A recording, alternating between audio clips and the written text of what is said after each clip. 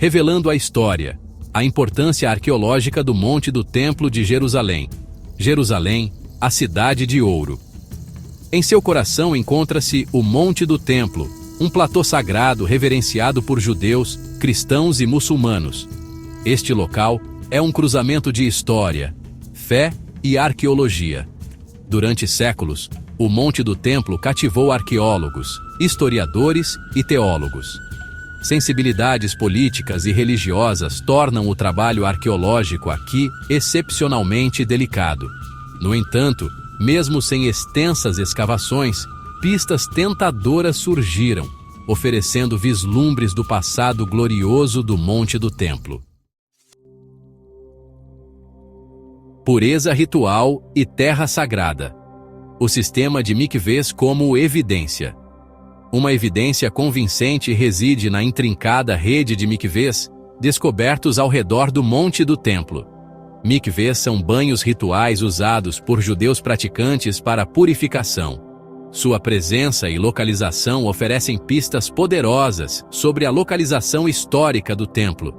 A lei judaica exige que os peregrinos se imerjam em um mikvê antes de entrar no recinto do templo. O grande número e tamanho dos mikvês encontrados ao redor do Monte do Templo atestam o fluxo maciço de peregrinos durante as festas religiosas. Esses mikvês eram estruturas grandes e bem projetadas para acomodar milhares de fiéis. Este padrão se alinha perfeitamente com as descrições históricas do templo e seus pontos de acesso. Camadas do tempo. Descobrindo milênios de civilização sob o Monte do Templo. O Monte do Templo é um palimpsesto da história, com camadas de civilização construídas sobre as ruínas de seus predecessores. Evidências arqueológicas revelam uma linha do tempo fascinante que remonta a milhares de anos. As descobertas mais antigas datam da cidade Jebuseu, conquistada pelo rei Davi. A construção do Templo de Salomão marcou um momento crucial. O período do Segundo Templo, marcado pelo ambicioso projeto de expansão de Herodes, o Grande, é evidenciado por enormes muros de contenção, praças pavimentadas e os impressionantes arcos que ainda existem hoje. Maestria hidráulica. O triunfo da engenharia de Herodes na gestão da água. Herodes, o Grande, realizou uma reforma maciça do Segundo Templo. Seu projeto não era apenas sobre grandeza, era sobre garantir a funcionalidade do templo, incluindo seu abastecimento de água. Os engenheiros de Herodes construíram um sistema sofisticado de aquedutos, cisternas e canais subterrâneos que traziam água de nascentes distantes para o Monte do Templo.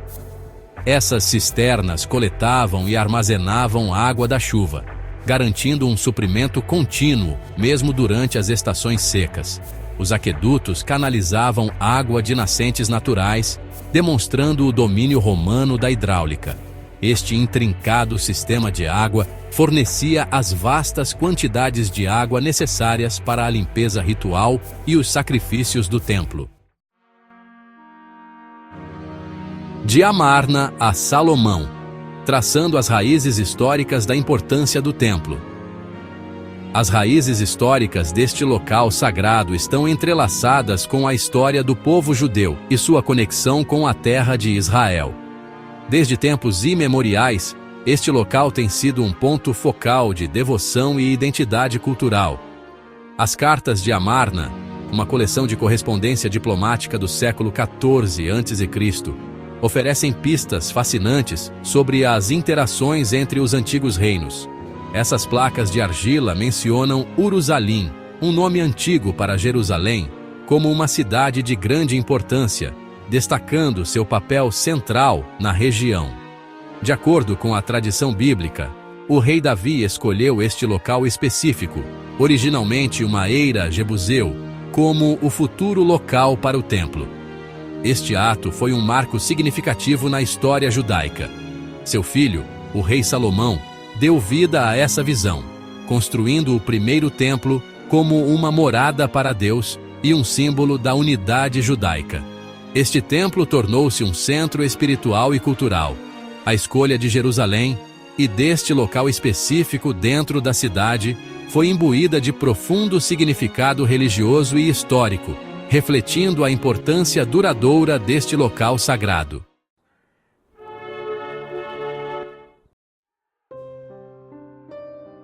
Profecia cumprida: a destruição do templo e a previsão de Jesus.